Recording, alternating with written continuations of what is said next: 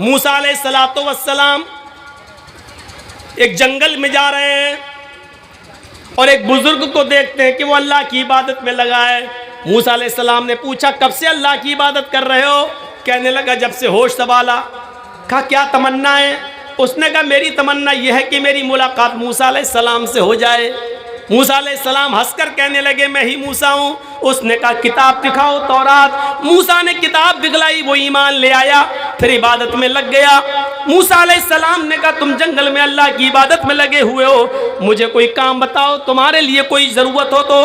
कहने लगा, मूसा 2-3 दिन से कोई खाना लेकर नहीं आया। चलो बगैर खाने के तो मैं जिंदा रह लूँगा, लेकिन प्यास बहुत लग रही है। मेरे लिए कोई पानी लाया करता था, आज वो पानी भी नहीं आया। आए मूसा, तुझे कहीं पानी मिल जाए तो ले आ। मूसा अलैहिस्सलाम के पास पानी का प्याला था। ये कुरान नहीं है, हदीस नहीं है, तौरात कह रही है। तौरात जैसे मैं वेद पढ़ता हूँ वैसे तौरात भी पढ़ के बता रहा हूँ। मूसा अलैहिस्सलाम के पास पानी का प्याला था। पानी का प्याला लेकर जंगल में ढूंढने लगे, लेकिन पानी नहीं मिला। कुआं तलाश करते हैं, कुआं नहीं मिला। तलाश करते करते करते करते जरा शहर की आबादी के बाहर निकल गए, पानी मिल गया। पानी लेकर आते हैं, थोड़ी देर हो जाती है। उस बुजुर्ग में और मूसा के दरमियान 100 कदम का फासला रहता है। वो बुजुर्ग चीख कर कहता है, मूसा जल्दी आ, मेरी हलक सूख चुकी है, मेरा गला सूख चुका है, मुझे पानी पीना है। मूसा अलैहिस्सलाम ने अपनी स्पीड बढ़ाई। उस बुजुर्ग से कहा, लो मैं पानी लेकर आ गया। उस बुजुर्ग को सहारा दिया, पानी का प्याला उसके हलक तक ले गए, उसके मुंह तक ले गए। लेकिन जैसे ही पानी का प्याला उसके होंठ तक जाता है, उस बुजुर्ग की रूह निकल जाती है, बुजुर्ग का इंतकाल हो जाता है। मूसा अलैहिस्सलाम देखते हैं, इतनी मेहनत से मैं पानी लेकर आया और पानी ये पी भी नहीं सका, होंठ तक ले गए कि इसका इंतकाल हो गया। अल्लाह को ऐसा नहीं करना चाहिए। एक बंदा जिंदगी भर उसकी इबादत करता रहा, लेकिन आज उसने एक घूंट पानी पीने का भी मौका नहीं दिया अपने बंदे को।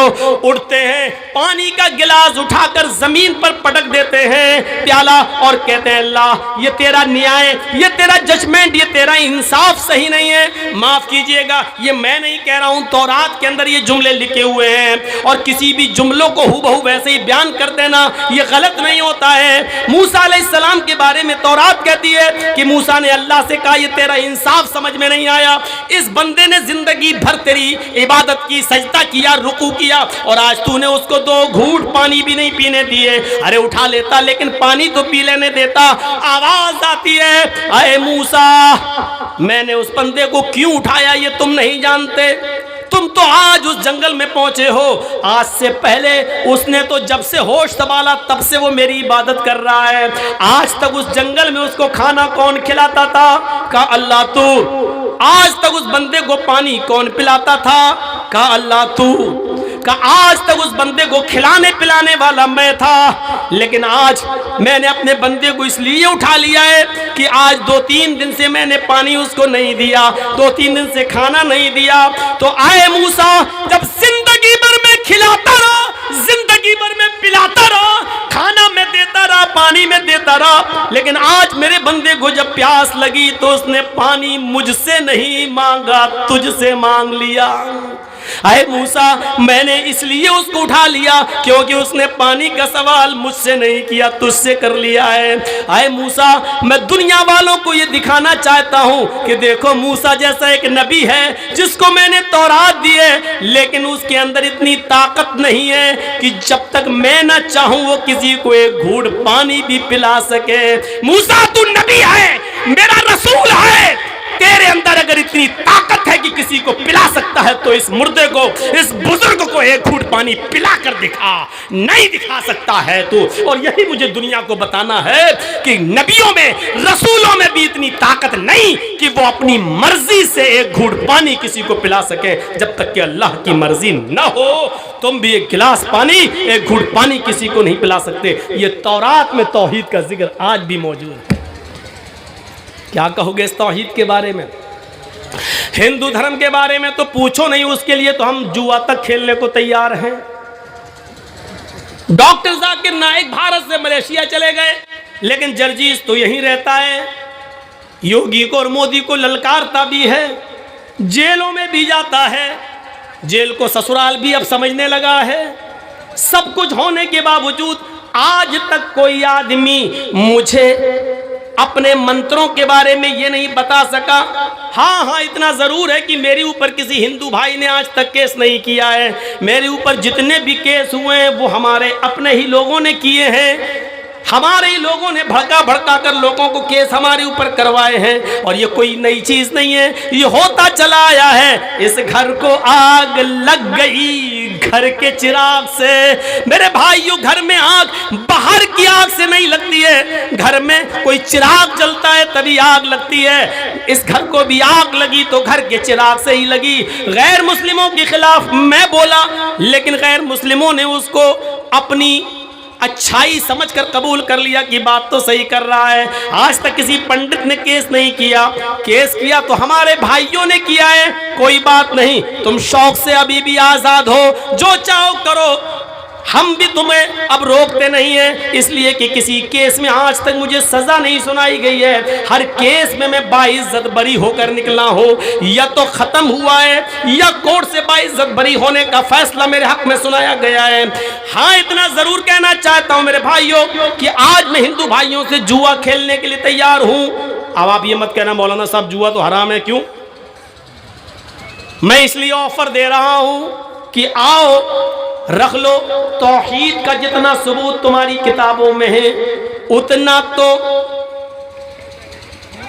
हमारे यहाँ यहूदियों में और ईसाइयों में नहीं है। यहूदी और ईसाइयों में नहीं है। हालांकि तौरात का ये बहुत बड़ा सबूत है। रामचंद्र जी की पत्नी सीता का हरण होता है। हनुमान और लक्ष्मण सीता को श्रीलंका से रावण के जुल्म से छुड़ा के लाते हैं। सीता जी राम के पैर छूने के लिए झुकती हैं और आशीर्वाद लेना चाहती हैं, लेकिन रामचंद्र जी अपने पैर नहीं छूने देते हैं। ये वाल्मीकि रामायण है जो 2000 साल पहले लिखी गई थी। आजकल की रामायण तो ये अभी 100-200 साल पुरानी है। उसमें राम को भगवान ही नहीं माना गया। जो वाल्मीकि जी की रामायण है, असली रामायण वो है, उसमें राम को भगवान ही नहीं माना गया और राम को भारत में पैदा भी नहीं माना गया।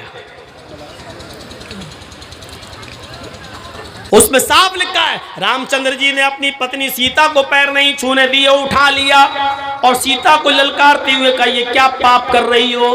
कहा नहीं, मैं आपको प्रणाम कर रही हूँ, आपको पैर छू रही हूँ। रामचंद्र जी ने कहा, राम रामाय नमः, राम रामाय सत्यमस्त। हाय सीता, मैं तेरा राम हूँ, लेकिन तेरे राम का राम है ऊपर वाला।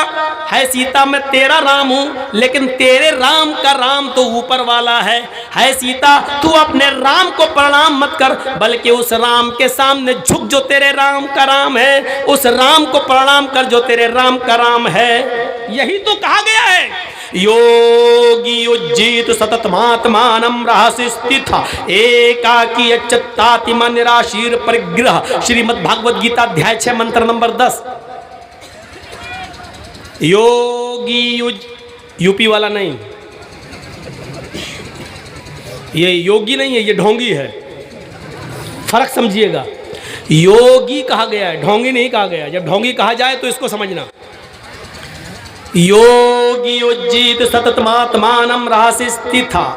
जब ईश्वर की पूजा करने जाओ तो योगी बन जाओ, यानी पूरे शरीर की एक्सरसाइज, पूरे शरीर की एक्सरसाइज हो जाए, पूरे शरीर को झुका लो।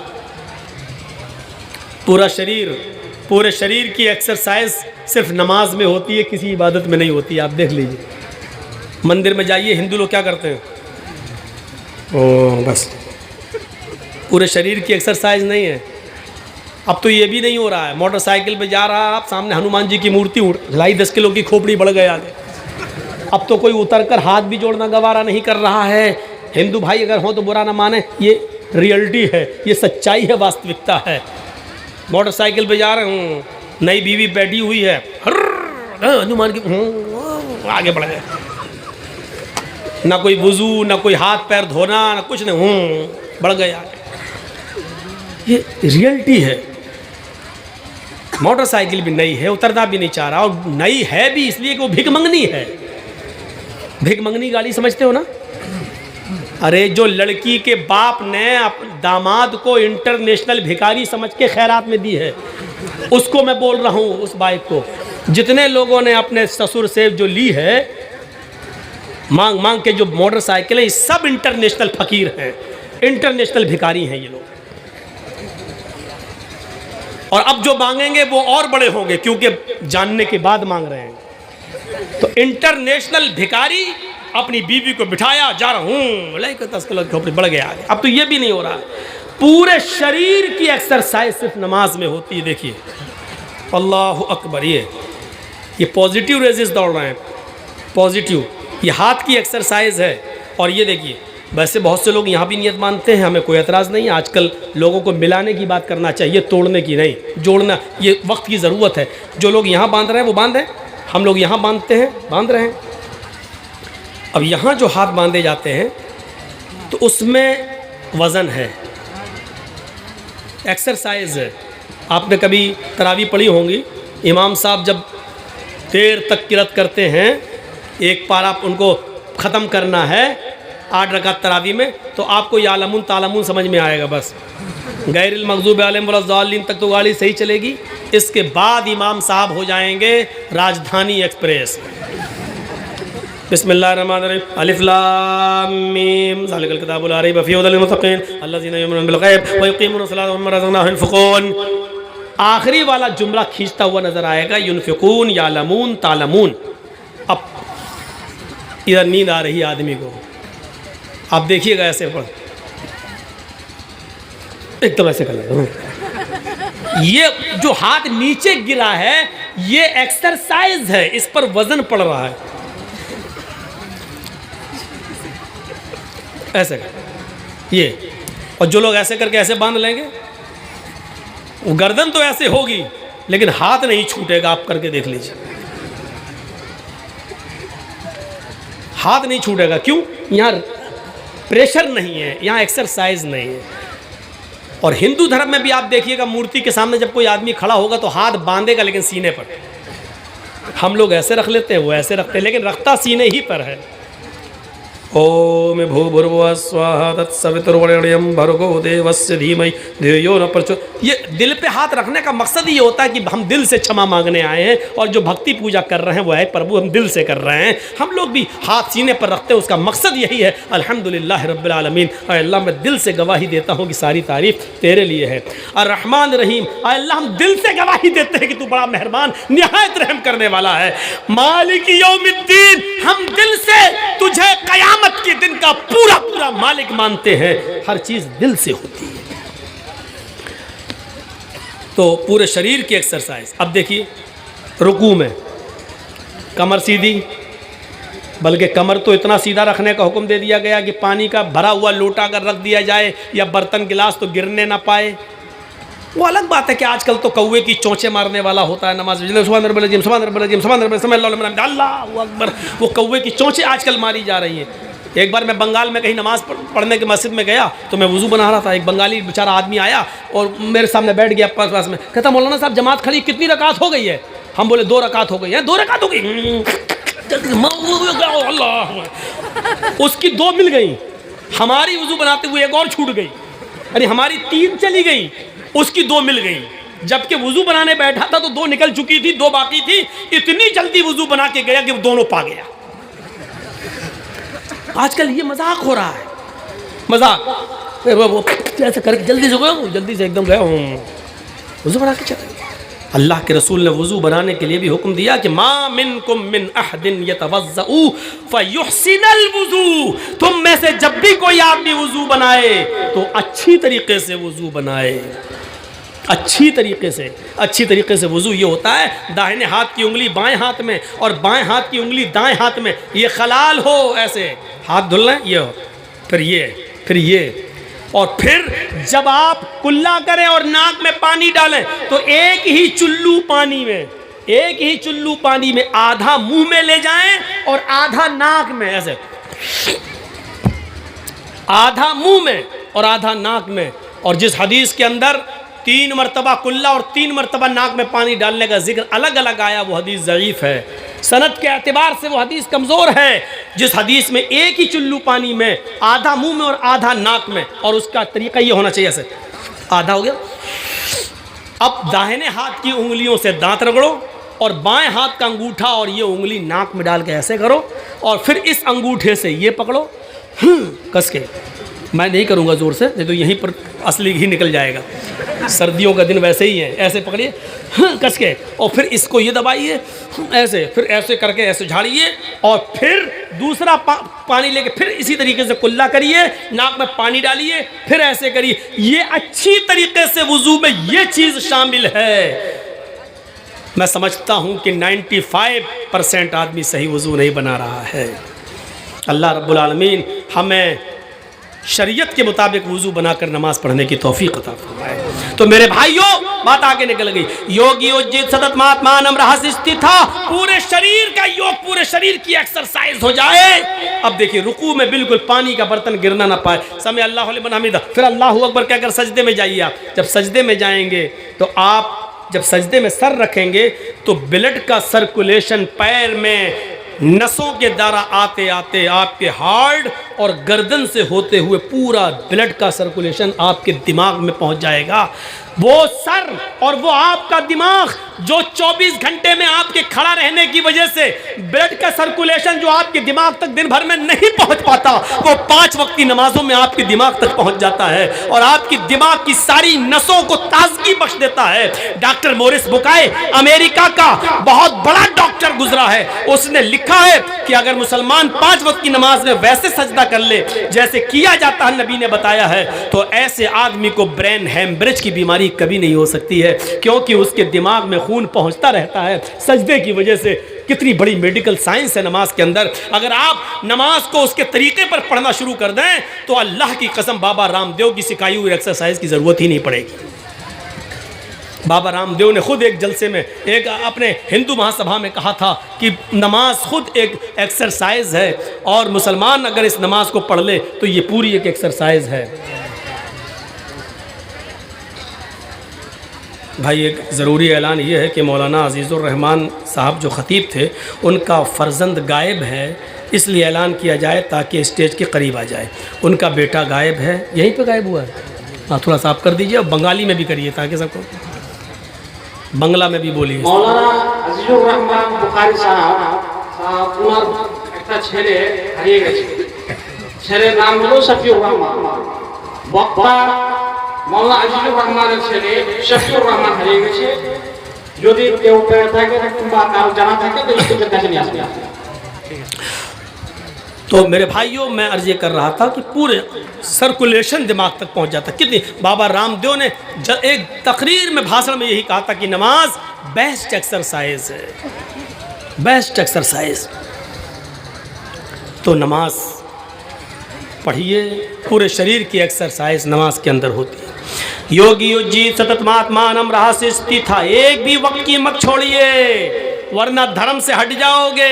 अल्लाह के नबी ने भी यही कहा कि मन तरक सलात मुतअम्मिदन फ़क़त कफ़र, एक वक्त की भी जानबूझकर छोड़ दी तो मजहब पर कायम नहीं रहोगे, कुफ्र किया उसने। सोचिए, एकाकी अच्युतात निराशीर परिग्रह, एक अल्लाह से मांगिए, कितना गफूर रहीम है वो। मौलाना जर्जीस साहब के यहाँ शादी है, उनके बेटे की शादी है, भाई की शादी है, लोगों को दावत दे रहे हैं, लेकिन छांट छांट के दावत दी जा रही है।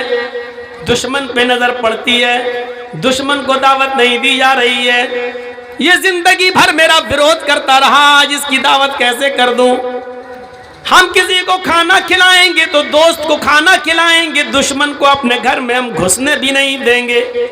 लेकिन थोड़ी देर के लिए तखय्युल की इशारा पर सवार होकर सोचिए, अल्हम्दुलिल्लाहि रब्बिल आलमीन, हमारा परवरदिगार, हमारा रब वो है जो दोस्त को भी खाना खिलाता है, दुश्मन को भी दे रहा है, मोमिनों को भी दे रहा है, काफिरों को भी दे रहा है। आसमान से बारिश, आसमान से बारिश। आज से तकरीबन 100-150 साल पहले इस भारत के अंदर, इस हिंदुस्तान के अंदर जब बारिश नहीं हुई थी तो साइंटिस्ट ने, साइंसदानों ने बंबई के समंदरों से भाप की शक्ल में उड़ने वाले पानी से पानी से बदलियां तैयार की थी और उन बदलियों को बंबई की सरहदों पर पानी की शक्ल में बरसाया था। आप यकीन कीजिए 15 मिनट की बारिश हुई थी। समंदर से उठने वाले लहरों से, पानी की भाप से बदलियां बनाकर जब उसको बरसाया गया तो पता चला कि 15 मिनट की बारिश में भारत का, हमारे इंडिया के 25 साल की इनकम खत्म हो गई। 25 साल पीछे चला गया। 25 साल का असासा, इंडिया की 25 साल की कमाई 10-15 मिनट की बारिश में बर्बाद हो गई। 25 साल की बंबई के अंदर 15 मिनट बारिश होती है तो पूरे हिंदुस्तान की 25 साल की मेहनत, 25 साल की इनकम बर्बाद हो जाती है, इनकम खत्म हो जाती है। हमारे रब की रहमत पर जरा नजर डालो, कैसी बारिश बरसाता है, पूरे मुल्क में बरसाता है, हर खेत में बरसाता है, हिंदू के भी, मुसलमान के भी, सिख के भी, ईसाई के भी, हर जगह सरसब्ज़ो शादाब लहलाती हुई खेतियां पैदा होने लगती हैं।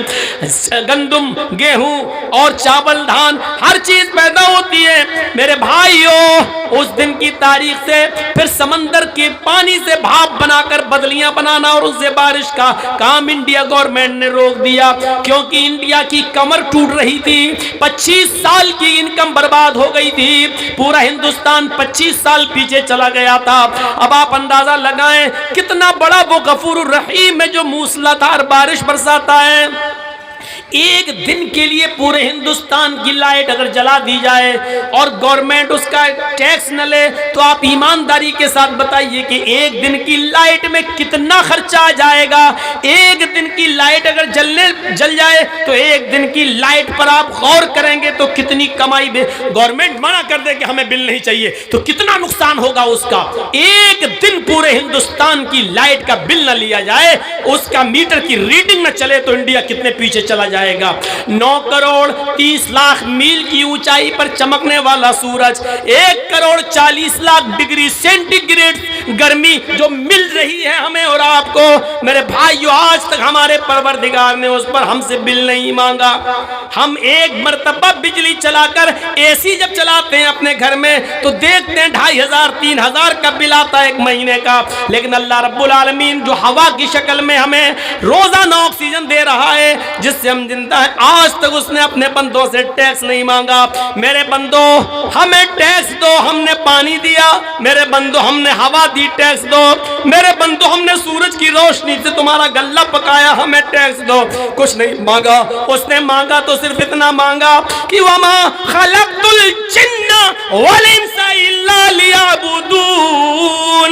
ओ मेरे बंदे, तू मस्जिद में आ जा, मेरे घर में आ जा, इन तमाम नेमतों के बदले में बस अपना माथा मेरे घर में, अपनी जमीन, मेरी जमीन पर रख दे, ताकि इस बात का ऐलान हो जाए कि तू मेरा गुलाम है, मैं तेरा मालिक हूं। तू इस बात को कबूल कर ले कि अल्लाह, मैं तो तेरा गुलाम हूं, तू मेरा मालिक है। बस तू मुझे अपना मालिक मान ले और मेरे सामने अपने गुलाम होने का इकरार कर ले, अपनी नाक जमीन पर रगड़ दे, ताकि मैं यकीन कर लूं कि मेरा बंदा मेरे सामने जलील हो गया, यानी उसने मुझे इज्जत वाला मान लिया और मेरे सामने अपने आप को जलील कर लिया। आए मेरे बंदो, तुम जितना मेरे सामने अपनी नाक रगड़ोगे, जमीन पर जितने सजदे करोगे, अल्लाह मुझे कसम है अपने इज्जत और जलाल की, मैं लोगों के सामने तुम्हें उतना ही महान बना दूंगा, मैं लोगों के नजरों में उतना ही तुम्हें इज्जतदार बना दूंगा। जितना तुम मेरे सामने जलील होगे और अपनी नाक रगड़ोगे, मैं लोगों के सामने तुम्हें उतना ही बाइज्जत कर दूंगा। आज देख लीजिए, 5 वक्त का नमाजी और जितना बड़ा तहज्जुद गुजार होगा, लोग उसकी कितनी इज्जत करते हैं। आइए साहब, मौलाना हमारे बेटे के लिए दुआ कर दीजिए। आप तहज्जुद पढ़ते हैं, आप लोगों की नज़रों में बाइज्जत बना दिया। क्यों? क्योंकि हमने अल्लाह के सामने अपने आप को जलील किया है। और जो बंदा अपने आप को अल्लाह के सामने जलील करना सीख ले, अल्लाह उसको कभी लोगों के सामने जलील नहीं होने